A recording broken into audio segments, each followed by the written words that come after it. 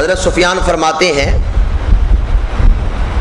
کہ جب کوئی آدمی گناہ کا ارادہ کرتا ہے تو یہ جو کرامن کاتبین ہیں کاندھوں پر بیٹھے ہوئے فرشتے، ان کو پتہ چل جاتا ہے۔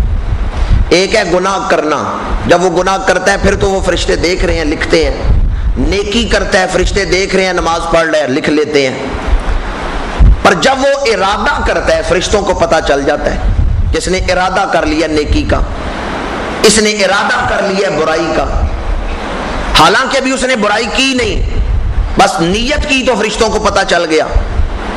لوگوں نے پوچھا بھی اس بندے نے عمل کیا نہیں، فرشتوں کو کیسے پتہ چل گیا؟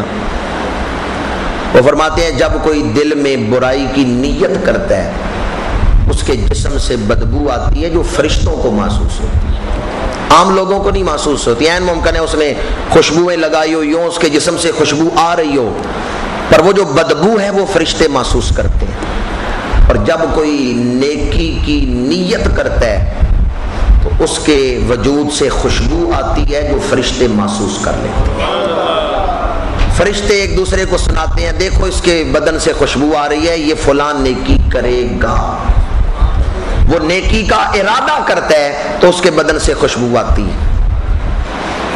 صرف اس روایت پر بطور تصدیق ایک بات کر رہا ہوں، میرے ایک استاد محترم تھے، انہوں نے ایک دن فرمایا، کہنے لگے میرے پاس بعض لوگ آتے ہیں تو مجھے ان کے عملوں کی بدبو آ جاتی ہے، اور بعض لوگ میرے پاس آتے ہیں تو مجھے ان کے عملوں کی خوشبو آ جاتی ہے کہ یہ فلاں عمل کر کے آئے۔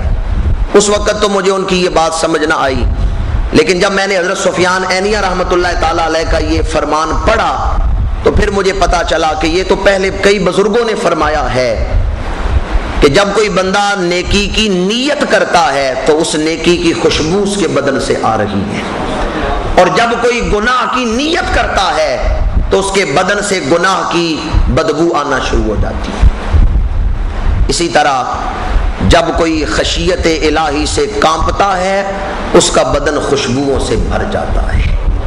خوف خدا دل میں آتا ہے تو یوں سمجھیں جیسے عطار کی دکان دل میں کھل گئی۔ خوف خدا وجود کو خوشبوؤں سے بھر دیتا ہے۔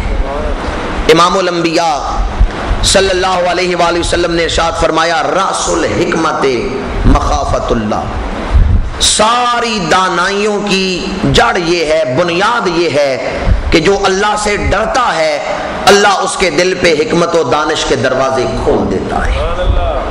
اور حدیث قدسی ہے، اللہ تعالیٰ نے ارشاد فرمایا میں کسی بندے پہ دو خوف جمع نہیں کروں گا، یہ حدیث قدسی ہے۔ اللہ تعالیٰ نے فرمایا میں کسی بندے پہ دو خوف جمع نہیں کروں گا۔ یا رسول اللہ اس حدیث کا کیا مطلب ہے؟ حدیث قدسی وہ ہے جس میں مضمون اللہ تعالیٰ کی طرف سے ہے، الفاظ حضور کے ہیں۔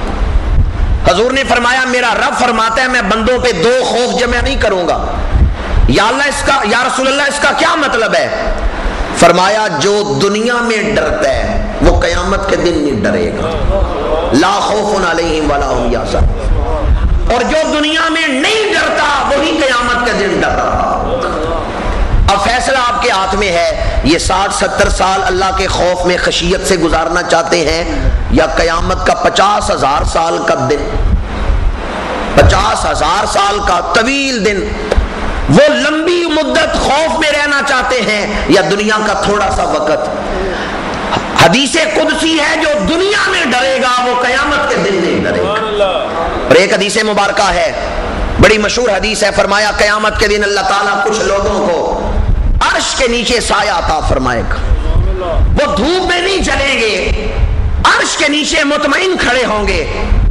ان لوگوں میں سے ایک قسم، ایک گروہ ان افراد پر مشتمل ہو، گناہ کا موقع ملا اور حسن و جمال والی عورت نے اسے گناہ کی دعوت دی، اس نے کہا انی اخاف اللہ، میں اللہ سے ڈرتا ہوں۔